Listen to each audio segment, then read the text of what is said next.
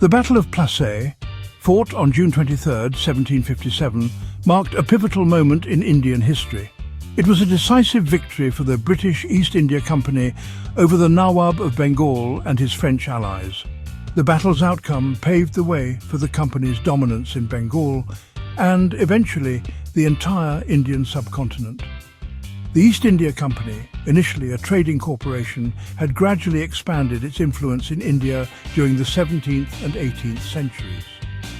The company's forces, led by Robert Clive, faced a much larger army under the command of Siraj-ud-Dowlah, the Nawab of Bengal. Clive's cunning tactics and the treachery of several of the Nawab's key officers, including Mir Jafar, swung the battle in the company's favour.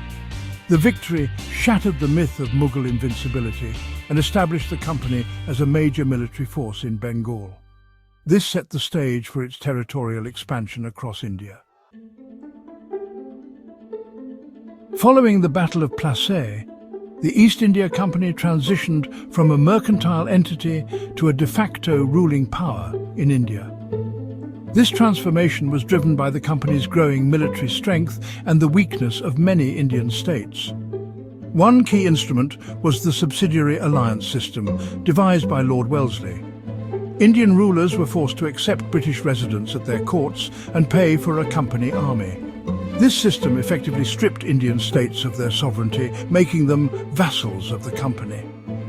By the mid-19th century, the company had extended its control over most of India through military conquest and political maneuvering. The East India Company's rule in India was marked by a relentless pursuit of profit, often at the expense of the Indian people. The company's policies led to widespread poverty, deindustrialization, and the destruction of traditional industries. The company secured exclusive rights to trade in commodities like cotton, tea and opium, reaping enormous profits. The company's agents, known as zamindars, often abused their positions, extracting exorbitant sums from farmers. The policy of flooding the Indian market with cheap machine-made textiles from Britain destroyed the Indian textile industry.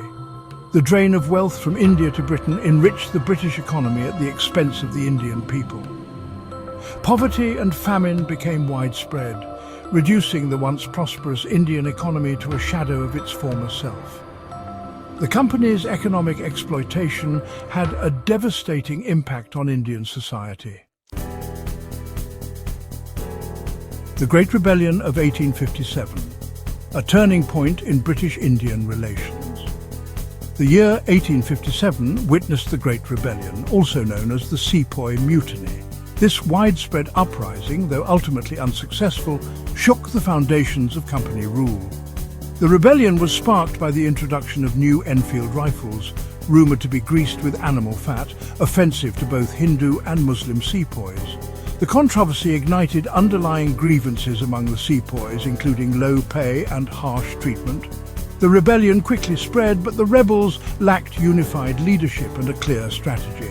The British responded with brutal force, crushing the rebellion after months of bitter fighting. Like and subscribe to Emgotvhistory Warfare for more stories. The British Raj imperial rule and administration in India. The Great Rebellion of 1857 marked a turning point in British rule in India. The East India Company was dissolved, and direct British Crown rule, known as the British Raj, was established in 1858. Under the British Raj, India was governed by a viceroy appointed by the British monarch.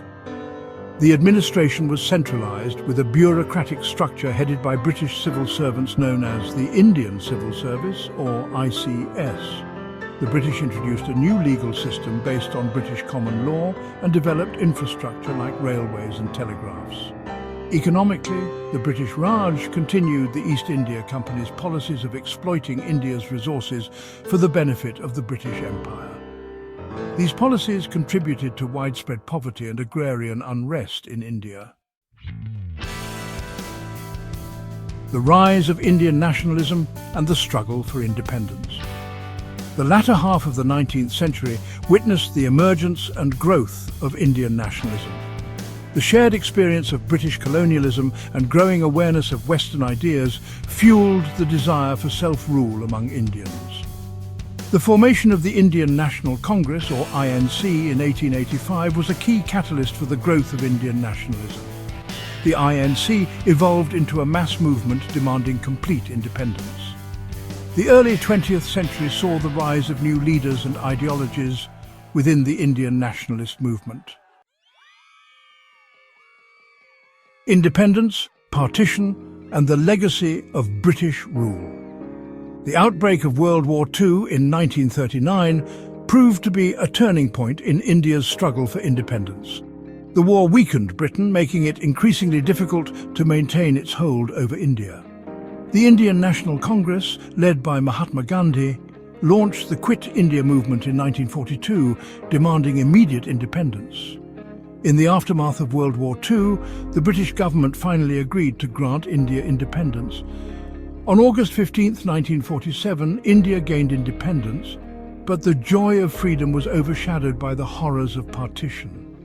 The partition of India and Pakistan led to one of the largest mass migrations in human history, accompanied by widespread violence. The legacy of British rule in India is complex, marked by both positive changes and economic exploitation.